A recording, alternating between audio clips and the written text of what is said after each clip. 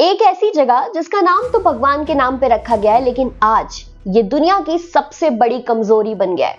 167 kilometre लंबा, 39 kilometre wide world का एक ऐसा चोक पॉइंट जहां से पूरी दुनिया हिल चुकी है।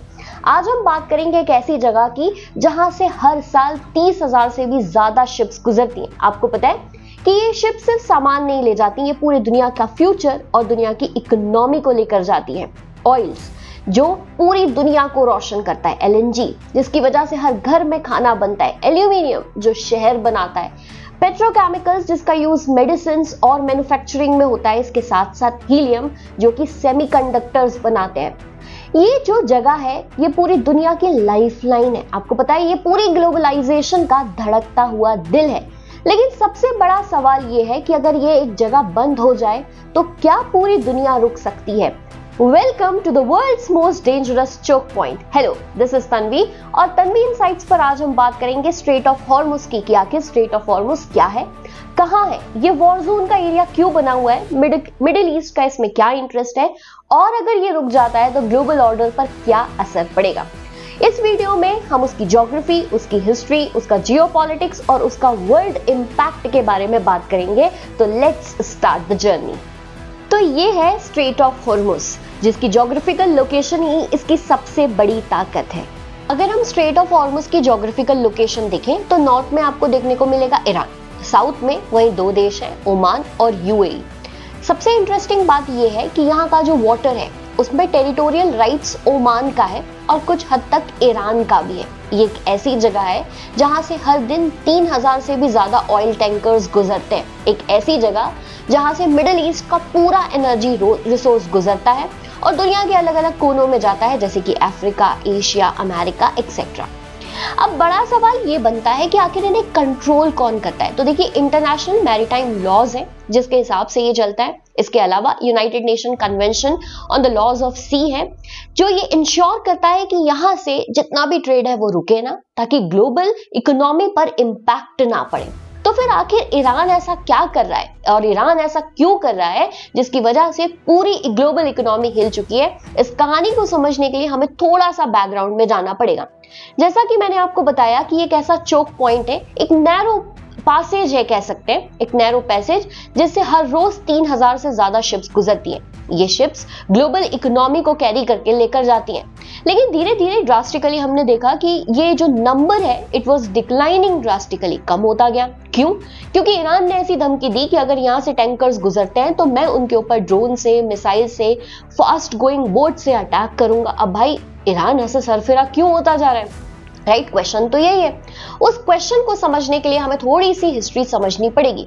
देखो, इसका इंपैक्ट एशिया पर सबसे ज्यादा होता है क्योंकि चाइना का अगर 90% अगर हम ऑयल इंपोर्ट देखें तो वो मिडिल ईस्ट से आता है। अफ्रीका की ऐसी कई कंट्रीज हैं जहां पर ग्लोबल, पर्टिकुलरली इस ग्लोबल इंपैक्ट की वजह से एनर्जी कंजम्पशंस के नए लॉज बनाने पड़े, रेस्ट्रिक्शंस बनाने पड़े।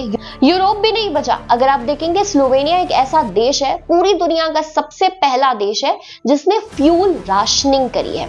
तो इस कहानी को शुरुआत से समझते हैं। देखिए, 1507 की बात है जब पोर्चुगीज, राइट, अगर आपको याद हो तो 1498 एक ऐसा समय था जब भारत में वास्को डी गामा पहली बार आए थे। ये रास्ता जो उन्होंने कवर किया था ये सी से किया था, ठीक है। उनका इंटरेस्ट इंडिया में या फिर एशियन कंट्रीज में जो बना था वो ग्लोबल ट्रेड की वजह से बना था। सिमिलरली यही पोर्चुगीज जब स्ट्रेट ऑफ हॉर्मुज पहुंचते हैं तो 1507 की बात है कि उन्होंने वहां पर टोल के कलेक्ट करने के लिए चेक पॉइंट्स बनाना शुरू किए। राइट, चेक पॉइंट्स के साथ साथ वो वहां पर अपने फोर्ट्रेस बनाने लगे, जैसा कि भारत में भी कर चुके थे, और एक कार्टेज सिस्टम शुरू किया कि अगर कोई भी अन्य किसी और देश की जो शिप्स हैं वो यहाँ से गुजरती हैं तो हम उसके लिए टैक्स कलेक्ट करेंगे। आप जानते हैं कि एक फ्रेंच गवर्नर ने कभी कहा था कि अगर आपको भारत को रूल करना, if you want to rule India then you need to rule Indian ocean. और जैसे कि मैंने आपको स्ट्रेट ऑफ हॉर्मुज की लोकेशन बताई है, ये कनेक्ट करता है अरेबियन सी से। सो पोर्चुगीज का इंटरेस्ट वहां पर क्यों बना होगा ये आप बहुत अच्छे से समझ सकते हैं। अब कहानी पहुंचती है 1622। 1622 में क्या होता है, सफाविद डायनेस्टी के एक रूलर थे, शाह रूलर जिन्हें हम कहते हैं अब्बास वन। ये पहुंचते हैं ईस्ट इंडिया कंपनी के पास। देखिए, पोर्चुगीज का सबसे बड़ा दुश्मन इस समय पर ईस्ट इंडिया कंपनी थी। अगर उन्हें कोई टक्कर दे सकता था तो ईस्ट इंडिया कंपनी थी। उनके पास पहुंचे मदद के लिए और बोलते कि यार अपन एक अलायंस बनाते हैं और हमारा जो गोल होगा ना, वो पोर्चुगीज पावर को यहाँ से बिल्कुल हटा देना होगा। तो फाइनली 1622 में यहाँ से पोर्चुगीज पावर का रूल हटता है, या influence, I won't say it rule, influence हटता है और ईस्ट इंडिया कंपनी यहाँ पर इन्फ्लुएंस में आती है। पर्शियन गल्फ और उसके आसपास के सारे देशों पे अपना इन्फ्लुएंस जमाने लग गई ताकि वो वर्ल्ड ट्रेड को एक तरीके से, पूरी तरीके से रूल कर सके और इंडियन ओशन में हो रहे ट्रेड को पे अपना दबदबा बना सके। ठीक है, इसके बाद क्या होता है, 1950 तक लगभग कहानी ऐसी ही चलती रही। अब 1951 में प्राइम मिनिस्टर ऑफ ईरान, जिसका नाम था मोहम्मद मोसादे कहते हैं कि भाई हम हमारे देश के, क्योंकि उनको लगा कि यार ऑयल रिफाइनरीज हमारी, कंट्रोल ईस्ट इंडिया कंपनी का, तो हम जितनी भी ऑयल रिफाइनरीज हैं उन्हें क्या करने वाले हैं, नेशनलाइज करने वाले हैं। अब जैसे ही ये बात है, ईस्ट इंडिया कंपनी घबराई कि अगर ऐसा कर दिया तो हमारा तो राइट चला जाएगा ऑयल रिफाइनरीज से।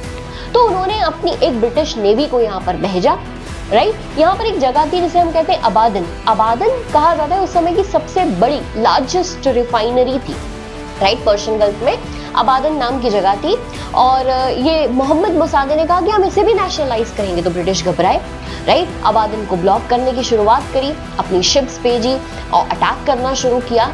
जब ऐसी चीज होने लग गई तो मोसादे देश में हीरो बनते गए कि भाई ये व्यक्ति जो है ये हमको कहीं ना कहीं फ्रीडम, कह सकते हैं फ्रीडम दिलाएगा, मुक्त कराएगा ईस्ट इंडिया कंपनी के इन्फ्लुएंस से इस पूरे एरिया में। आपको क्या लगता है ब्रिटिश चुप रहते? 1953 में ब्रिटिश ने अमेरिका के साथ अलायंस बनाया और यहां शुरू होता है पहला इंटरफेरेंस, डायरेक्ट इंटरफेरेंस अमेरिका का पर्शियन गल्फ में, या फिर कह सकते हो स्ट्रेट ऑफ हॉर्मुज में।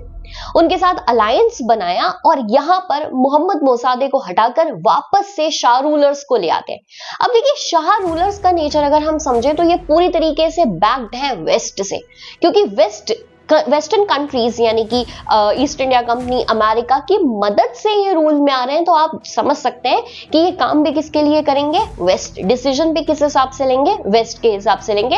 लेकिन देश में लोगों को ये सब अच्छा नहीं लग रहा था। अगर हम 1979 पर पहुंचे तो यहां पर ईरान में हुआ Iranian revolution, and this revolution was done by the people, जो चाहते थे कि ये जो इस्लामिक शाह डायनेस्टी है ये रिप्लेस हो जाए। इस रिवॉल्यूशन का रिजल्ट भी ये निकला कि इस ईरान में एक रिपब्लिक देश बनाया गया और जो शाह रूलर्स थे उन्हें हटाया गया। राइट, सो फाइनली ये बन जाता है कि इस्लामिक रिपब्लिक ऑफ ईरान, जिसको रूल कर रहे थे रूहुल्लाह खमीनी। लेकिन ट्विस्ट पिक्चर में आना बाकी है। 1980 यानी कि एक ऐसा साल जब ईरान और इराक का वॉर हुआ। स्ट्रैटेजिक डिफरेंसेस की वजह से दोनों देश में काफी लड़ाई होती है। दोनों देश ने एक दूसरे के टैंकर्स पर अटैक करना शुरू किया। वो टैंकर्स जो कि ऑयल और बाकी ग्लोबल प्रोडक्ट्स लेकर स्ट्रेट ऑफ हॉर्मुज से गुजरते थे, उन एरियाज को ब्लॉक करना शुरू किया और इसीलिए वर्ल्ड में से कहा जाता है टैंकर्स वॉर। देखिए, अब ईरान की जो सिचुएशन है उसमें वेस्ट बाउंड लीडर नहीं है। राइट, ईरान और इराक आपस में लड़ चुके हैं टैंकर्स वॉर में। इजराइल को अब ईरान अपना दुश्मन मानने लग गया है, रिलीजियस डिफरेंसेस की वजह से, थियोलॉजिकल डिफरेंसेस की वजह से, एक्सेट्रा। 1988 में क्या होता है, देखिए, क्योंकि इतने सारे दुश्मन उसके हैं। राइट, यूएसए है, यूएसए इजराइल, क्योंकि इजराइल दुश्मन है तो बट ऑब्वियस यूएसए भी दुश्मन बन जाता है, इराक दुश्मन बन जाता है। तो 1988 में ईरान क्या करता है, यूएसए के एक नेवल फ्रिगेट के ऊपर अटैक करता है। आपको लगता है कि यूएसए चुप रहेगा? नहीं, वो ऑपरेशन प्लेइंग मंत्रिस चलाता है और ये ऐसे इंसिडेंट्स ना स्ट्रेट ऑफ हॉर्मुज में होते ही जा रहे थे। हर बार ईरान सिर्फ एक ही धमकी देता था कि मैं स्ट्रेट ऑफ हॉर्मुज को ब्लॉक कर दूंगा, बंद कर दूंगा, ताकि वर्ल्ड लीडर्स चुप हो जाए। ठीक है, उनका मुंह बंद हो जाए, क्योंकि सब चाहते हैं कि जो ग्लोबल इकोनॉमी है वो ऐसी ही चली रहे।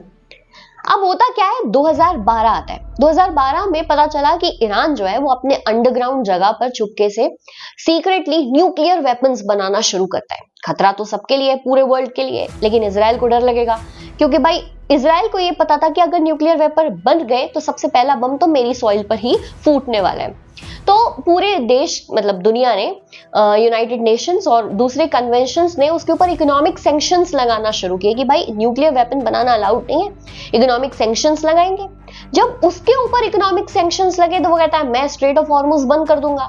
स्ट्रेट ऑफ हॉर्मुज बंद करने की बात जब भी आती है तो इधर ग्लोबली जो ऑयल प्राइसेस है ना वो स्काई रॉकेट होने लग जाते हैं। ये धमकी चलती जा रही थी। जून 13, 2025 जब इजराइल को ऐसा लगता है कि ये न्यूक्लियर वेपन जो इतने सालों से बना रहा है अब वो पीक पर पहुंचने वाला है, तो इस चेन को डिस्टर्ब तो करना पड़ेगा। तो it was the first time जब इजराइल ने ईरानियन सॉइल पर डायरेक्ट अटैक किया, पहला direct attack on the Iranian soil done by Israel. Right, global prices hike होने लग गए। 22 जून की बात है, अमेरिका इस लड़ाई में बिल्कुल साथ देने के लिए दौड़ जाता है कि मैं भी हूँ पिक्चर में, ट्रम्प कैसे पीछे रह सकता है। राइट, ऐसा लगता है ट्रम्प को थोड़ा सा वो होता है कि I should be the face of the world, ठीक है, कॉन्शियस हो जाता है वो अगर पिक्चर में नहीं आ रहा होता है। तो भाई यूएस ने क्या किया, B-2 बॉम्बर्स से अटैक करना शुरू किया। इसके अलावा बंकर बस्टर बॉम्ब्स पर अटैक किया, जितनी भी अंडरग्राउंड न्यूक्लियर साइट्स थी उन पर अटैक करना शुरू किया। ईरान कहता है अच्छा, ईरान ने स्लोगन्स सुना दिए, death to America, death to Israel, etcetera etcetera.